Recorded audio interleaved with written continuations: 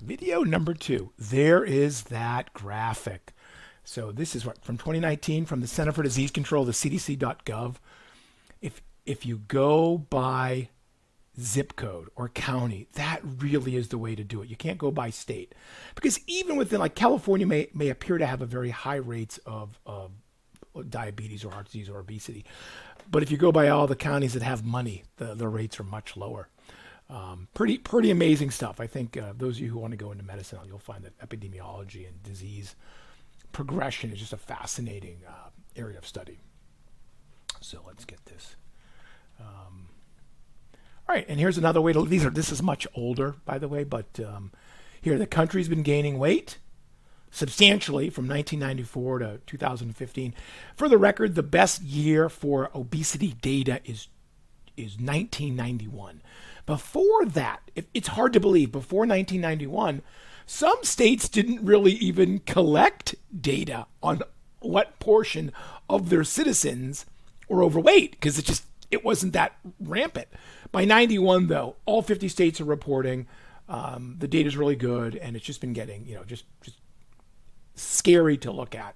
At one point, I think in 2015, 2016, the CDC just actually they had to change their map colors because it was getting so ominous. So the country gained weight, diabetes went up. The vast majority of diabetes in America, again, is type 2 diabetes. We believe, the nutrition field and the field of medicine believes for type 2 diabetes, yes, it's genetic. Yes, it can run in ethnic groups.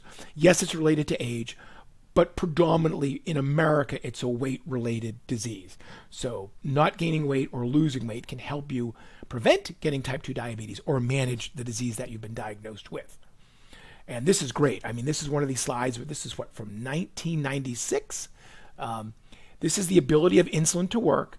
This is the amount of weight a person puts around their abdomen. Abdominal weight is not the same as sidecar, hip, bum, whatever.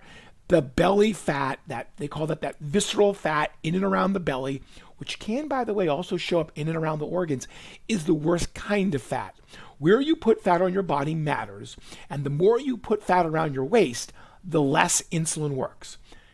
I don't know why. I don't think people have identified mechanisms why it is the case, but there's no unifying theory of why this is the case, right? Why does the body care where fat goes? Good question. It's an evolutionary question, really. So what are the problems with diabetes? So when blood sugar runs real high, which we'll talk about probably in the next video, it ends up leading to a lot of bad outcomes.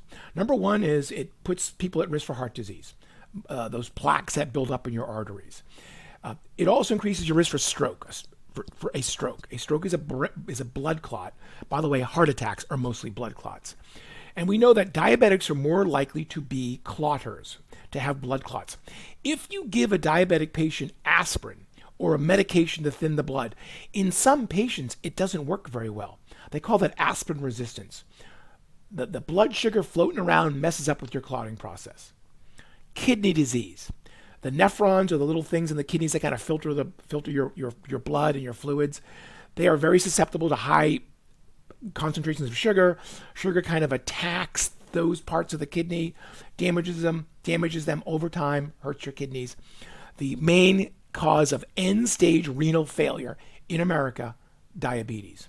The main cause of amputation in America, diabetes.